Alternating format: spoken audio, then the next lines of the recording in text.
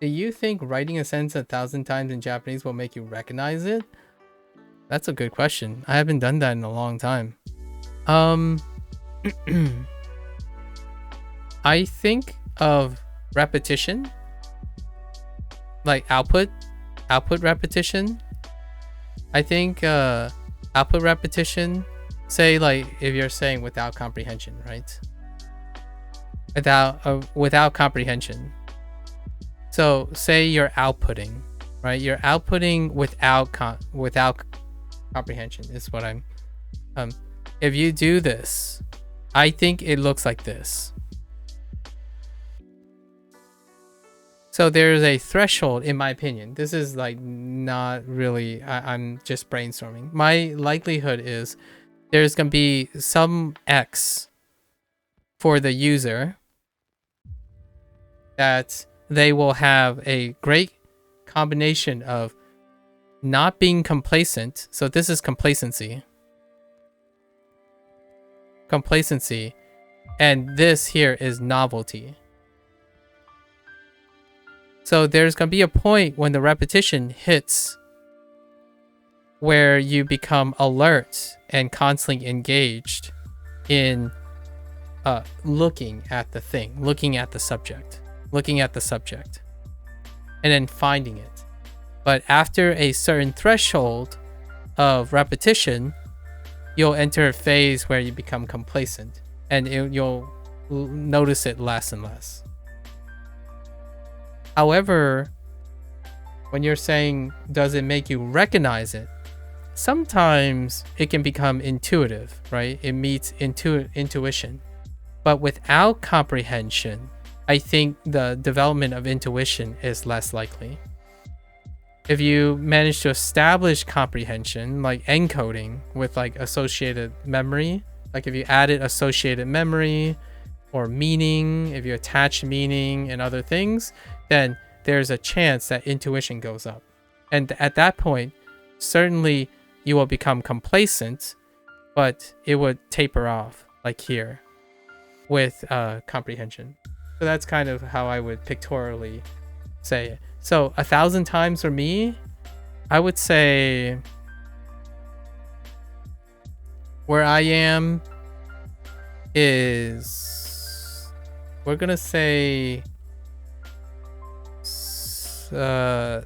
we're gonna say like 7 times per exposure. So usually exposure, I'm gonna say per day, is probably almost excess. However, my attempt is to constantly bolster this by using engagement. So most of the time I try to add new meaning. I try to develop new meaning on it so that then the act of repetition is associated with new meaning. So then you can recognize it more. There are many different ways you can recognize the context. So then say like if you're trying to recognize mannaka, there are many ways to get to mannaka, as opposed to just completely dependent on the one action of writing it. If that helps. And this is how I approach Duolingo, by the way. Duolingo relies on raw input, and that input is static most of the time. I know there's some dynamics and choices and all that stuff, but it's largely, in my opinion, static from prompt to prompt. So what I can do is to try to change my approach over time. So it's better if I use days. So how many days before I enter a phase of complacency is how I would say this. So for me, is usually at a month's time. So a month's time is when I have to add something to it. I have to add to the method or change the method. You can change the method temporarily. So instead of like writing the sentence the same sentence for another 30 days, sorry, not 30 months, but 30 days, I would try to change the method, and then I could come back to the original method. But the idea is I must starve my complacency. I have to keep staying alert and not being complacent. To be complacent is when you relax. So if you want to know where complacency is useful is when you're relaxing and meditating. So I use methods like Neverwinter, like playing live service games, to deliberately and intentionally allow me to be complacent so that I can relax and meditate. However, in terms of active learning, I must constantly change the repetition so that I can not end up being in a state of complacency or retention, is what I would usually focus on. So every 30 days, it's actually 25 days for Duolingo, I would summarize and then try to do something new to the workflow. What do you mean by static? The thing Gabriel is referring to is if you write a sentence 1,000 times, as in the sentence itself is static, as in you're literally writing, like, would I sit there and write the kanji for for example, 1,000 times? Would it help me recognize it? And I'm drawing this graph is because there's going to be a point in which it not only doesn't help you, it can make you notice it even less because you become complacent. Without comprehension and meaning, there won't be a lot of things that will make you notice. When you walk outside, right? If you walk and make the trip to your favorite coffee shop 1,000 times, you will notice less and less about that action. You have to swap it up. You have to create new things in order to see it again. Yeah, so then you stop yourself from becoming complacent. And that's how I'm using it to retain 90 to 95% of Duolingo. These lessons are incredibly repetitious. And in order to not become complacent and like finding the right answer and doing the same thing, because you're getting less and less comprehension and you're noticing less and less, you're making error. It will probably increase your frequency of error as well. And just because you might be able to build intuition over time, complacency and intuition does go hand in hand. Solidifying complacency into intuition means that you're taking less in. So like if you rely on complacency to develop intuition, by the time it becomes intuition, it'll have less value, in my opinion. It'll be less comprehensive. So instead, I'd like to perpetually be in a state of dynamic input, or some people call it comprehensive input, like changing up the comprehensiveness while hoping that it becomes intuitive, right, over time. So the intuition comes from the building block of as many things as I can. So in kanji, when I'm thinking about Gabriel, right, when you're introducing to me verbose and the other verbose, the first thing I notice is you mentioned 4 dragons. I want a story about 4 dragons that I'll say for later. That makes that meaning stronger. And then when you say there's another verbose on top of another kanji that I know, that kanji, knowing that bottom kanji and saying it to myself helps me remember the 2 dragons above the kanji that I know. So all these like holistic ways are helping me retain things. Remembering verbose with the 4 dragons is a different encoding context than remembering the 2 dragons over the speak radical, right? Even though if it's not accurate or not, what happens is it increases your recall. At least that's in my opinion, and the recognizing of it. So you should study kanji that you already know the meaning of to better know it in different contexts, or should you try and recognize characters that you don't know in one context? That's a great question, actually. They're very different, and my answer would be both, but I obviously can't do them simultaneously. I think when you know something is novel, you can rely on repetition. So in this case, it's two situations, right? If it's a new kanji, I do exactly what Duolingo does. I repetitiously use it. So I use the kanji section right now. I use the kanji section every lesson set complete. I use that 15 minutes of bonus XP to repeat the kanji that was introduced. And then I do that after each lesson. So usually that means 8 repetitions. And as many times as I can in 15 minutes, right? So that's where I developed the repetitious nature. But now, after that, it's usually climbing up here. So the next time I enter the kanji phase and repeat, usually I already went through another bout of novelty. So then when I repeat this is no longer as familiar. So for example, like I stagger my kanji. So if I learn new kanji, I'll repeat this.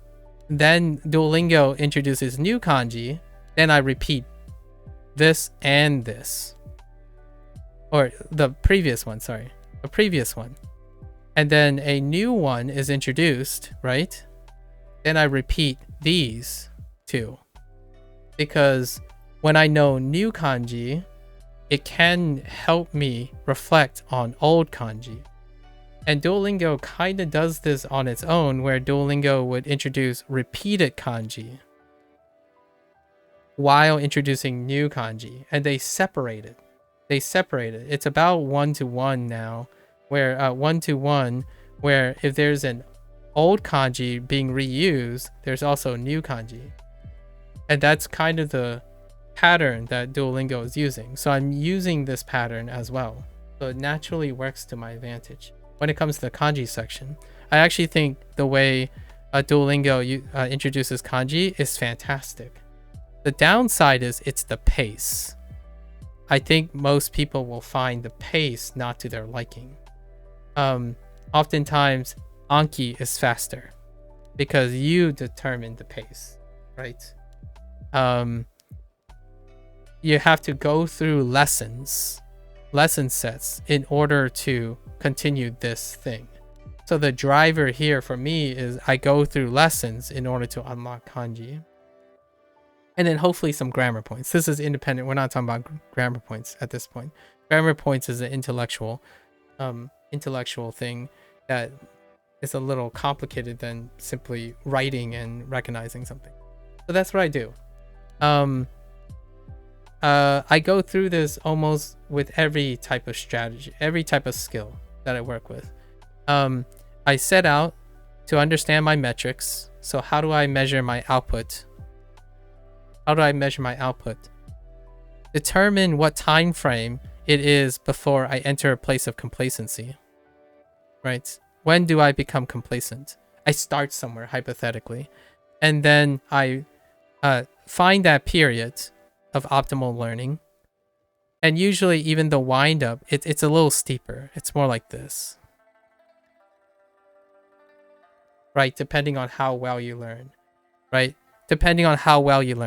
But when you initiate on novelty right in the beginning is pretty low because it's difficult, as in you don't know what's going on, right? But generally novelty spikes your recall and like what you're noticing because you have a lot of things you can notice. It's a new system. And then at some point you have to understand, when is it going to get old? When the knowledge gets old. You hear comments like, I already know this. I already know this content. Why do I need to practice? Right? Well, for me, I don't ask what I already know. I ask what I don't know yet.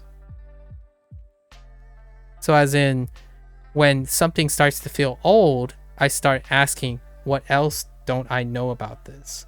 How can I make this new again? instead of telling myself I already know this so I can move on. That's probably the perspective. These are probably the perspective that most people come into trap. As in, at some point, they're going to become impatient.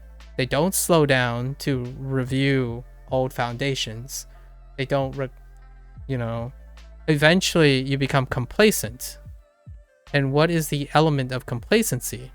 You overlook foundations. So some people might say, oh yeah, it's not that big a deal. You can get away with being high level all the time. That is fair. There's a skill that's invaluable when you're always practicing foundations. It teaches how you can be happy with patience. Like it forces you to understand, to explore how can you become patient? How can you practice self-motivation? What happens when things are diminished return? As in like when you plateau and stuff, diminished returns. All these skills only occur when you are challenged to do so. So you could be the superstar and just keep moving to new things. And you're never complacent, right? When you learn Japanese, you're done. You drop it. You might forget a lot of your Japanese, you move on to the next language. Then Japanese falls by the wayside for the next new brand thing. That can be very great. I think there are plenty of successful people who are able to combat complacency by constantly relying on novelty. And that's excellent. As in, the world is filled with so many wonderful things. The moment you can barely finish learning Japanese before you're moving on to the next thing, that is very healthy. That is absolutely very healthy because you'll be happy. You'll always constantly be engaged. For me, I call myself an endurance person. So most of the time, I spin and reinvent the wheel most of the time for myself, not for other people, right? I'm not telling people like, oh, this is the way you need to use Duolingo or something. I'm reinventing the wheel for myself to keep complacency down. The more complacent you become in your techniques, the less and less you take in. And that's the deep cut here. After a certain amount of repetition, you actually get worse, in my opinion. I would argue that you actually slow down and you start taking in less. Because now you're doing what humans do so well. It's actually a good thing. It's actually a good thing, but not in this specific case, where you're so good at pattern recognition. I've already demonstrated this to myself. I know the answers. I can know the answers without ever looking at the prompt, without even listening to the prompt. All I need are the available answers, and I'll get the answer. That is repetition. You can learn to pick up the answers so well that it might as well be intuition. That's, in my opinion, why Duolingo, quote unquote, is terrible, right? It's not because it sucks at what it does. It's actually really good at what it does. And what does it do? It creates habits, like providing motivation. It makes things effortless because you need a lot of motivation if things are very hard or motivated. So what happens is when you establish habits, you become complacent. So one of the dualities, this is called, in my opinion, this is a duality of this type of gamification. And that's why I love Neverwinter, by the way. That's why I play Neverwinter. Gamification creates habits. And the habits, you stop doing less. You stop engaging in them. It's supposed to help you feel comfortable and relax. What is the major criticism of Duolingo? People eventually, after an extended period of time, think that they're learning, right?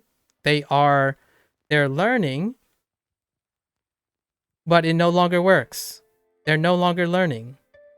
And to me, it's because they've reached a level of complacency. Duolingo can't provide any more novelty. It's not engaging you anymore. You're doing it as though it's a habit. It's a sustainable habit. Keep your streak alive. You're not learning anything anymore. The most engaging periods is when you stay non-complacent. So for most people, they don't develop the habit of negating complacency. They're not reinventing what Duolingo isn't reinventing. So Duolingo, the people at Duolingo, has this job. Their job is to constantly rotate like a game, like live service games. When do live service games die? Is when they stop rotating their content. If their content stops being novel, the engagement is gone. That doesn't mean those players aren't going to stop playing the game. They're going to be less and less engaged with the game. The people who are stuck and dependent on that habit for catharsis, like meditative, they'll continue to play the game. I continue to play Neverwinter because I know that it's a comfortable thing. I can talk, think of wild philosophy and stuff while playing the game because it requires nothing. It's effectively what people call brain rotting, right? But brain rotting is only if you're trying to be productive and you can't. I deliberately set time aside so I can do tasks like what most people actually do at Duolingo after a year. And sometimes it's earlier. I'm going to give people, I would say statistically, like myself, after 30 days, they're probably going to enter the complacency phase, which is when you're doing it as a habit as opposed to a learning input. So you'll retain less and less over time. You actually recognize less and less. You can always get the answer. You're so good and you become Duolingo fluent. That was the joke, but it's very true. I agree with most people. You become Duolingo fluent as in you understand the game. You understand the system, the pattern, because humans are so good at pattern recognition even when you don't think you are. That bypasses comprehension though. So my job here for myself is to stop that from ever happening.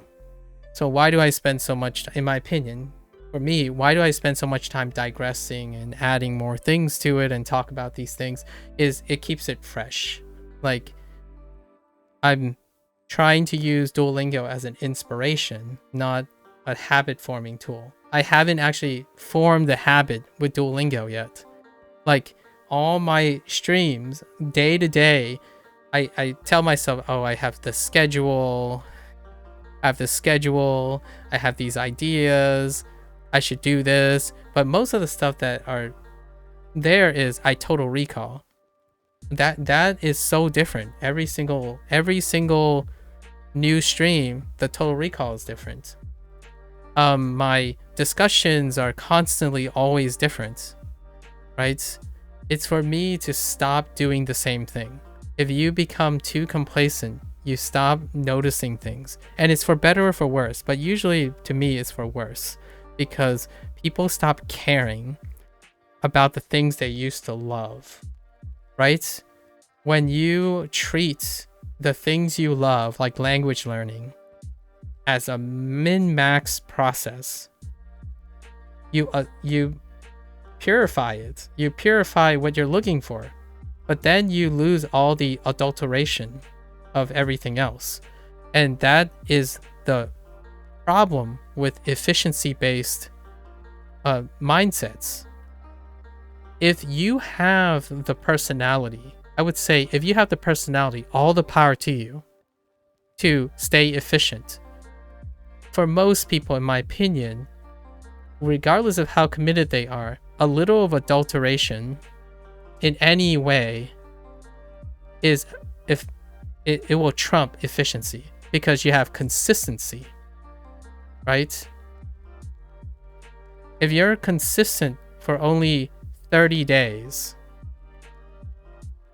being less consistent And being able to maintain it over a longer period of time, or skill like language learning, will more consistently be successful. But regardless, I personally work on things like mental health, right? Mental health management. You don't min-max, you do not min-max mental health. It's a marathon, not a sprint. So the philosophy that I'm bringing to language learning is language is like 6+ years. Like, if you do truly believe that language takes like 30 days or like 6 months, then perhaps efficiency is what is appropriate for you. But know that it is very, very challenging. And if you make it successful, that's why you get celebrated. It's very challenging. I usually don't take the route of highest challenge. I'm not here to flex on anyone. I'm a journey person.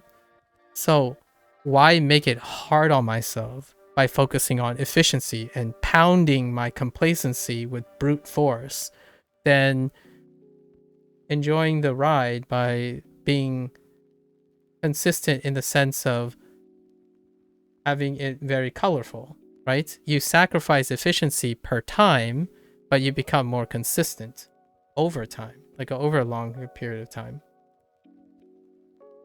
Yeah, I noticed that the faster you try lessons in Duolingo, I don't retain things, but when I slow down for some reason, I just retain things. Yeah. And it's even better if you can resonate with someone. So as long as you can establish more meaning and like other levels of complacency is like the worst thing in the human condition. Complacency is so you have, like, in my opinion, a lesson on the human condition, on how this works, and allow yourself to determine when you know, like, what are the, I can't tell anyone what the answers are to these things. You have to be able to be aware enough to know, yeah, I'm getting bored. So what do I do now?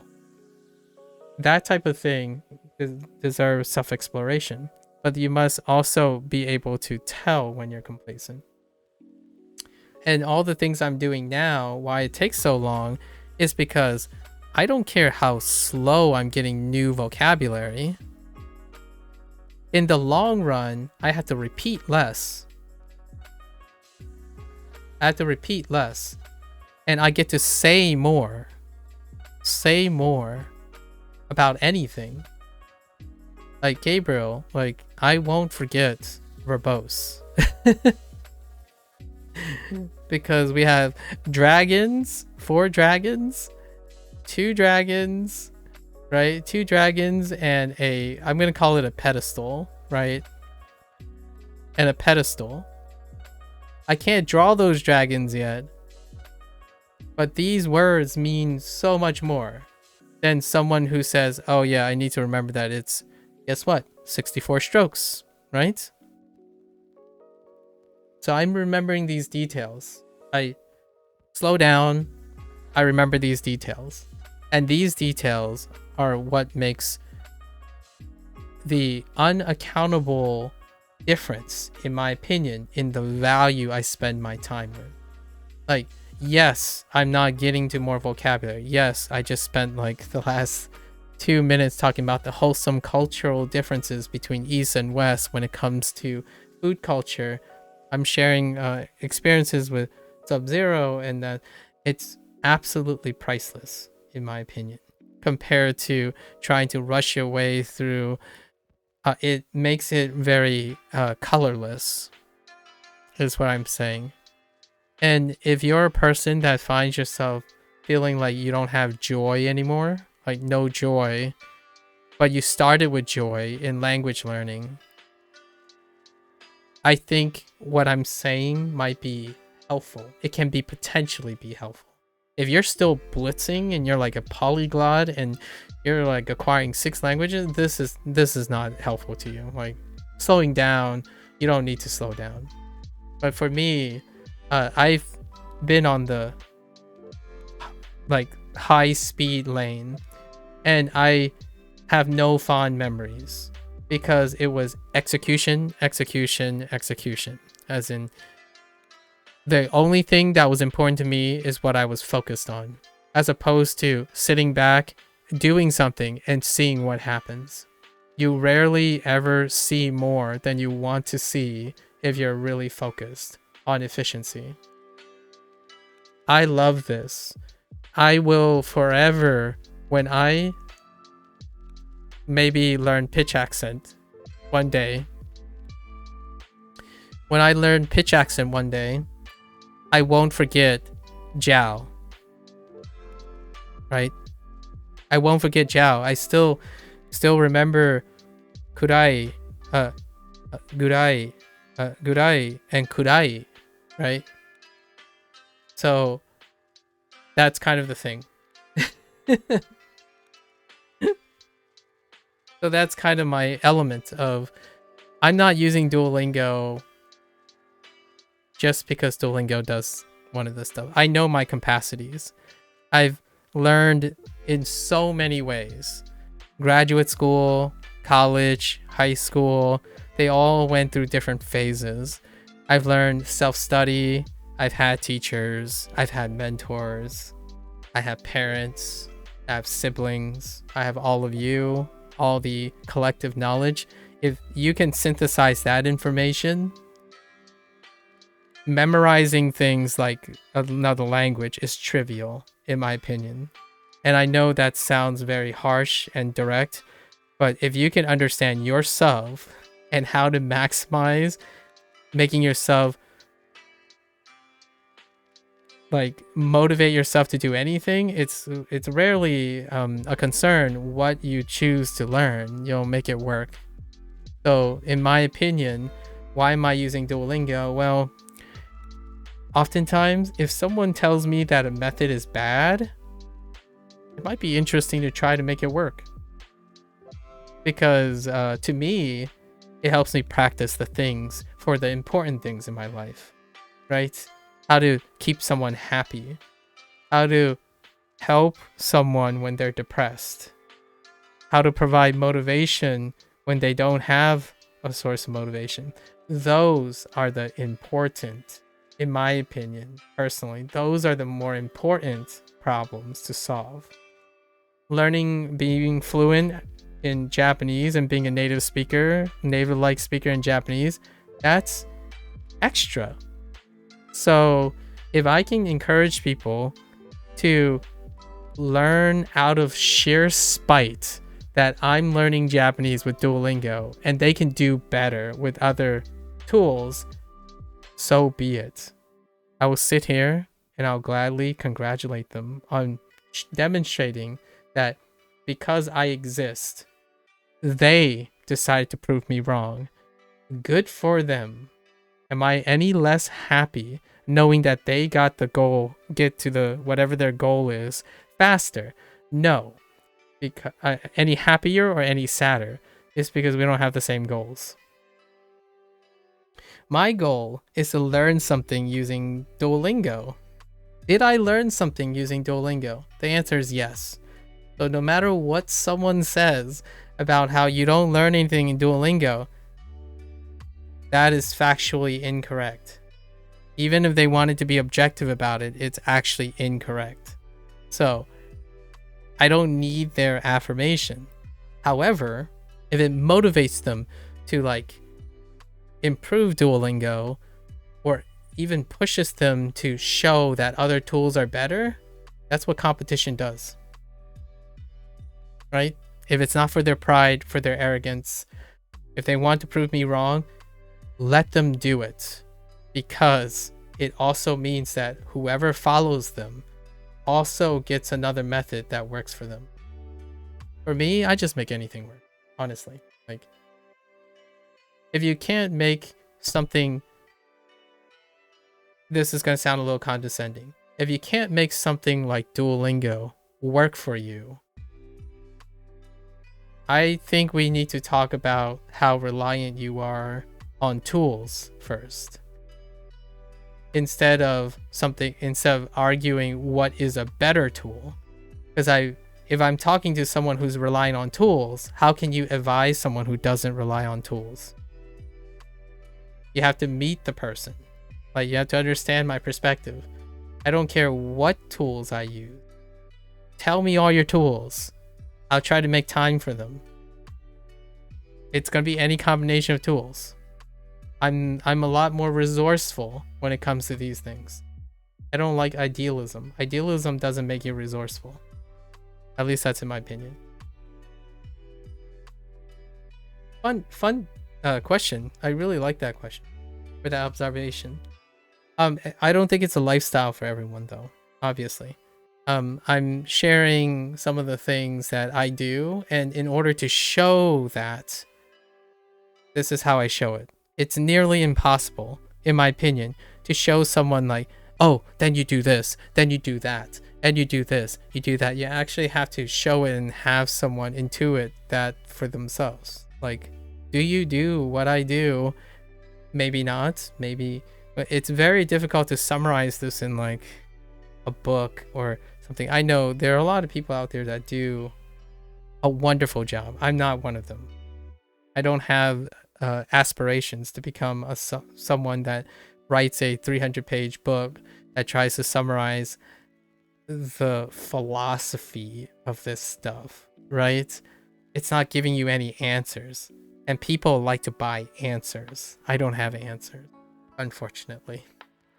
I'm not a person that expounds upon answers. I'm a person who asks questions and trust that the person I'm talking to is incredibly competent, and then they can find the answers themselves. I am a big fan of Socrates in this regards. I do not underestimate the person that I'm talking to. If that person is initially closed-minded, well, they have all the capacity to be open-minded. Perfectly all right. But for me, the well-being of the person I'm talking to far exceeds whoever's right or wrong. I think, in my opinion, it's pretty petty if you value being right and wrong over the welfare of the person you're talking to. My 2 cents. That might sound a little self-righteous, I suppose. But usually that's pretty resonating. People can resonate with that. They often offer advice because they believe they're in the right. So, if being in the right means stomping on someone's ability to appreciate something, are you really self-righteous? That's kind of like rhetoric to talk about, right? It's tough. It's philosophy. But for me, I keep complacency at bay. I think the one thing I do focus on a lot, that is at the source of everything that I learn, is the moment you tell yourself, oh, it just feels like I'm doing the same thing again. Stop, breathe, reinvent. Wow, that sounded like some sort of, I think that should be the title. that if I were to ever write a book, that should be the title of the book. Like, stop, breathe, reinvent. Because when life starts looking like that, or the things you do, like if you're spending like 60% of your time learning a language, and you're telling yourself, if you have any inkling that you feel like you're doing the same thing, really do stop, breathe, take a nap, go for a walk for a week or something, gather some ideas, bring them back. Even that break will break your complacency, right? The urgency to come back will only reinforce the monotony and the complacency you already have. Humans, it's not like a special thing. There's no like cultural explainer for this. This is a part of the human condition. It's actually an evolution, in my opinion. It's an advantage in many cases, right? Developing complacency early can be helpful for things like, I don't know, walking, right? Walking, breathing, swimming. There are lots of things that are part of life skills that you want to acquire very, very fast, and also notice very, very little and place very, very less effort into it. Like eating. Good Lord, if eating was like the mechanics of eating was something that you had to keep engaged or else you forget how to eat, that would be very, very ridiculous, right? So there, I'm not saying like being complacent has no place. Meditation. If you ever wonder why meditation is tough for people, in my opinion, is generally the people who are hyperactive, like very high functioning, are the people I'm describing. I would consider myself as a very high functioning person. So that means I don't focus on things quite a lot, and I don't become complacent. But also that's exhausting, manic inducing, is hard to control. So most of the time, all the strategies that I think about is how to manage that. And meditation is one of them. How do you do meditation if you're the opposite side of the coin, just to provide some context, because there's also balance for that. If you're really high functioning, you find ways of doing the same thing over and over again consistently so that it's very comforting. Things like writing a straight line 1,000 times, that's very comforting. A fidget spinner, constantly fidgeting with a fidget spinner, all those things, if you're on the opposite end, you have to try to calm down. And to me, the people who are at the other end are the ones that are so inclined to do the same thing that they forget that they stopped learning. And on my end, I usually, someone asked me this earlier today. They asked me like, what do I do in Neverwinter? Like, what's the point? And then they asked me, do I get bored playing a game for like over 10 years? Well, the thing is, my answer to this is I actually do this to meditate.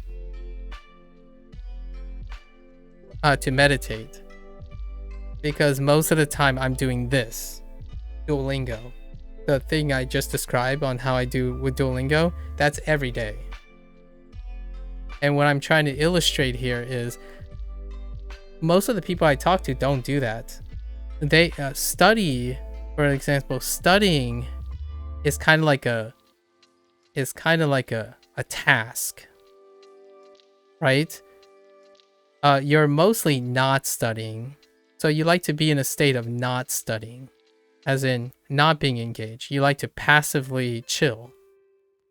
That to me is the major state of people, like 80%. So if you're like typical, like normative, sometimes they use word like neurotypical. You're on a spectrum somewhere, right? Like say 80% of the time, you like to be relying on habits, good habits, like bootstrapping through Anki is your thing. Like, oh yeah, I'm going to get my 30 minutes in Anki for like the 100th day in a row. And you haven't swapped up how to do Anki at all. Maybe the content might change, but your mechanics and all that stuff, it hasn't really evolved or changed or in any way. You do get diminished return over time on that. And then when you're actively studying, it's like a task you set yourself up for. So for me, it's the other way around. 20% of the time, I'm passively trying to relax because I need to relax. 80% of the time, I'm studying. So when I'm on Duolingo, I'm doing that 80% of the time. When you become complacent, you are no longer doing that. You are mechanically doing something. It becomes mechanic. It becomes passive. And you no longer take things in, right? It's time to switch. Guess what people do? They spend Duolingo maybe like 3 months on Duolingo. Then they move on to more dynamic tools. More customizable tools.